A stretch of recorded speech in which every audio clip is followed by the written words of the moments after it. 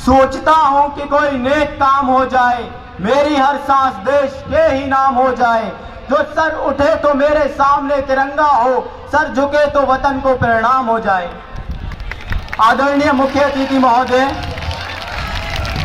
प्रबंधक महोदय, school executive officer, director sir, प्रधानाचार्य महोदय, समस्त शिक्षकगण, अतिथिगण एवं मेरे प्रिय साथियों, मैं तरुण कुमार स्वतंत्रता दिवस के इस महापर्व की हार्दिक शुभकामनाएं देते हुए आज के इस कार्यक्रम में आप सभी का स्वागत करता हूं, अभिनंदन करता हूं। हम सभी जानते हैं कि भारत को अंग्रेजों की गुलामी से आजाद कराने में अनेक स्वतंत्रता सेनानियों ने अपना बलिदान दिया। देश की स्वतंत्रता के लिए शहीद आजम भगत सिंह ने फांसी के फंदे को चूम लिया। राष्ट्रपिता महात्मा गांधी ने अपना सर्वस्व न्यौछावर कर दिया।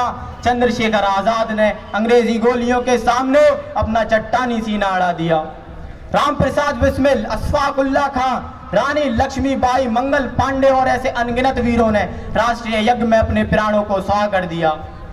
तमाम बहनों की राखियां सिसकती रही, सुहागनों की चूड़ियां चटक चटक कर चित्कार करती रही, माँ के व्यतीत हृदय अपनी बेटों को पुकारते रहे, मगर आजादी के परवाने आजादी की शम्मा पर कुर्बान होते रहे।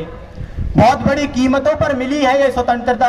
हम सभी को इसका मूल्य समझना चाहिए और यह प्रयास करना चाहिए कि हम ऐसे भारत का निर्माण कर सकें जिसका सपना आजादी के दीवानों ने देखा था। लेकिन आज दौर कुछ और ही चल रहा है। हम एक षड्यंत्र के शिकार होते जा रहे हैं। लॉर्ड मैकाले की विचारधारा थी कि यदि किसी देश से उसकी संस्कृति, सभ्यता, भाषा को छीन लिया जाए तो वह देश हमेशा के लिए गुलाम हो जाएगा। कई लोगों को कहते सुना है कि अंग्रेज ना आए होते तो रेल व्यवस्था ना होती, विकास ना होता, अरे ये नहीं होता, वो नहीं होता। लेकिन धैर्य हुजूर और सोचिए कि ये स्वतंत्रता के सामने सभी चीजें बहुत बोनी हैं। आजादी की कीमत जाननी है तो देखिए उस पंछी को जो कैद तो सोने की सलाखों में है, चांदी के बरक छड़े काजू और बादाम खाता है, मगर आकाश में उड़ते हुए और खुशी से चहचहाते हुए परिंदों को देखकर आजाद होने के लिए बेचैन उठता है। इसलिए धन्यवाद दीजिए उन बलिदानियों को जिन्होंने अपनी जान इसलिए गंवा दी ताकि आने वाली पीढ़ी स्वतंत्र भारत में सांस ले सके। और उत्सव मनाइए इस बात का कि आज हम आजाद हैं। भारत की अन्य पश्चिमी देशों से तुलना करना छोड़िए साहब, किस चीज की कमी है हमारे पास?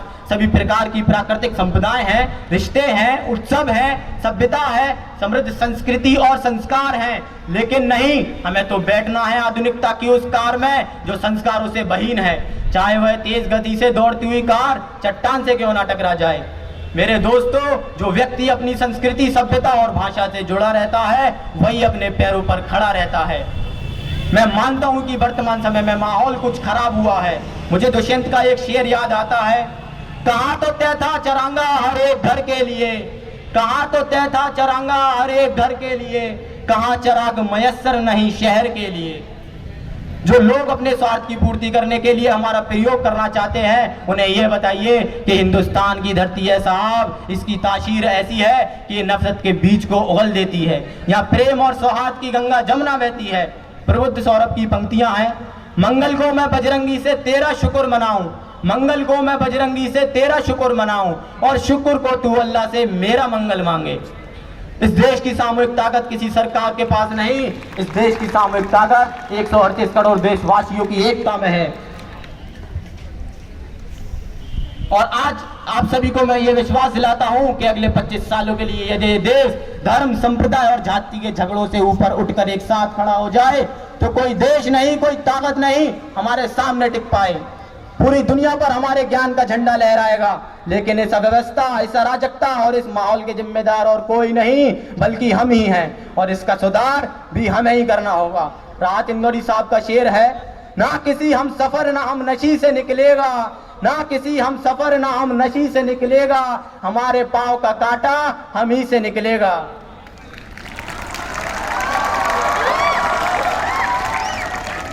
जो आज यहाँ इस कार्यक्रम में हम सभी को ये इस बात का दृढ़ निश्चय करना होगा कि जहां भी रहेंगे, जिस भी संस्था में काम करेंगे, अपनी पूरी ईमानदारी, सच्चाई, कर्मठता और तत्परता से करेंगे। मैं देखता हूं कि आजकल लोगों में आलोचना करने का एक नया रोग लगा हुआ है। कितने दुख की बात है ये। सभी ने अपने अपने तरीके से आजादी की लड़ाई लड़ी। रास्ते अलग अलग हो सकते हैं साहब, लेकिन लक्ष्य एक ही था, आजादी और सिर्फ आजादी। जो पीढ़ी अपने अतीत का आदर नहीं करती उसे भविष्य तो छोड़ो वर्तमान तक मार्ग नहीं देता। जिन लोगों ने अपने दादा परदादा की फोटो स्टोर रूम में फेंक दी वह कबाड़ा हो गई, और जिन्होंने ड्राइंग रूम में लगाई वह एंटिक कहलाई। और यह आलोचना करने से हासिल क्या होगा? उन लोगों ने अपने समय में काम किया, आपको आपका समय मिला है, कार्य करिए और कुछ ऐसे कार्य करिए कि आने वाले समय में गांधी का चैप्टर छोटा पड़ जाए और आपका चैप्टर बड़ा हो जाए। केवल आलोचना करना किसी समस्या का समाधान नहीं हो सकता, इसलिए हम सम्मान करें उनका जिन्होंने इस देश को गुलामी की बेड़ियों से मुक्त कराया, और उनका भी जिन्होंने सरहदों पर खड़े रहकर इस देश की स्वतंत्रता को अछूने रखा। और अंत में इन पंक्तियों से मैं अपनी वाणी पर विराम देता हूं।